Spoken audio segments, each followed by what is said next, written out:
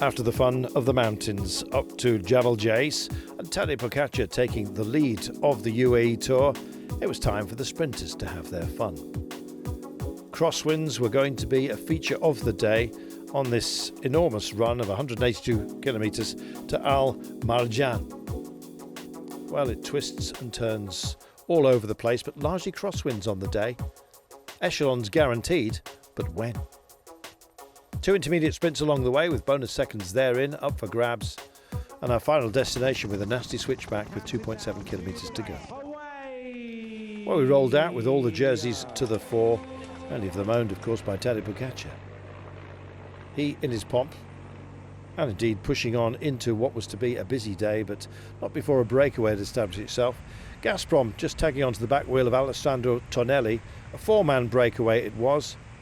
Kuchetkov, Kukula, the Czech champion, both from Gazprom, along with their teammate Dmitry Strakov in the black jersey. Well, crosswinds generated a lot of activity out there, and there were bonus seconds up for grabs. And not least, Tadej Pogačar wanted those bonus seconds, leading this race by only, of course, 2 seconds. Would he manage to grab some? That was the point.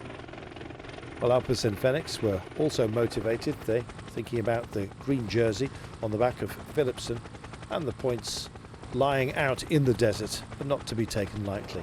Neither the bonus seconds, I guess. Off they went, the red jersey sprinting against green. Terrific to see. And at the line, Tadej Pogačar picking up 2 vital seconds and doubling his margin over Pippo Ganna, who was so impressive in the mountains yesterday, who trailed him by 2 seconds at the start of the day, and with those sprint seconds now doubled up to 4. Ganna himself was on chasing duties throughout much of the day, looked extraordinarily fresh and lively for a big man who carried his frame so well up Jabal Jais. Well, one breakaway caught, another one forming, and Strakov was determined to remain out front, and the black jersey was up there, albeit now with 2 from Bardiani. Carnival joining his teammate Tonelli, who was in the original move. Also there, Kuchetkov. We still hadn't heard the last of Michael Kukula, though, who'd been in that original break. He would go on a solo late on. Well, you struggle to find water in this part of the world. You struggle to find points as well, but not struggling in the intermediate sprints and dominating that competition. Strakov. Well and truly in black, 41 points. Nearest rival to him in that intermediate sprints competition. Philipsen on 14. Looks all bar decided for the Russian. So they regathered themselves with 60 kilometres to go, till of course that man again. Kukula off the front, trying to tempt someone else to join him perhaps, but in the end he was to go solo, and the gap was an impressive one, built up to 2.5 minutes with 17 kilometres to go. In fact, we were starting to ponder whether he would be caught at all. Caught out by a puncture, Tadej Pogačar. Well, considering his margin of advantage overall was only 4 seconds, this was good news for Ineos Grenadiers and Pippo Ganna and potentially Adam Yates. Well, the peloton was already in racing mode with 4.5 kilometres to go, and Pogačar tried his level best to get to the back of the pack.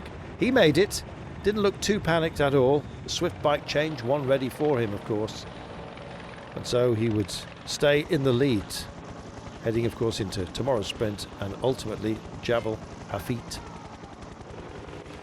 2.9 kilometres from home and a big turn in the offing.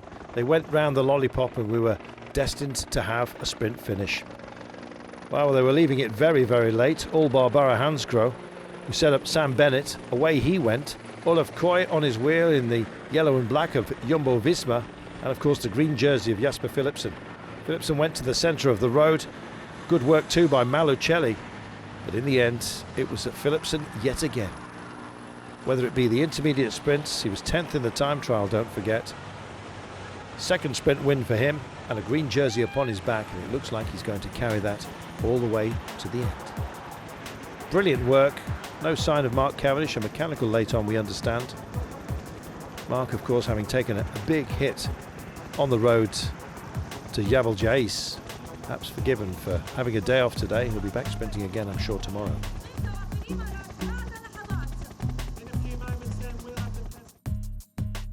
Philipson taking it ahead of Coy, Sam Bennett in third place ahead of Malacelli, Barbier rounding out your top five, Viviani looking lively, Demar disengaged from his own team again, Dainese Cantor.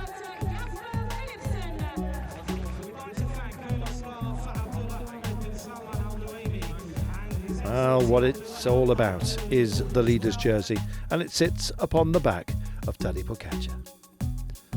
He's faced all kinds of adversity, but seems to be equal to just about everything, and his margin of advantage is indeed 4 seconds as we head for Expo Dubai, another sprinting day on stage 6. So 2 more stages to come. Drama absolutely guaranteed at the UAE Tour. Every single day has provided yet another story. We can't wait for the next chapter. Well, 180 kilometres it will be to Expo Dubai. Surely one for the sprinters once again.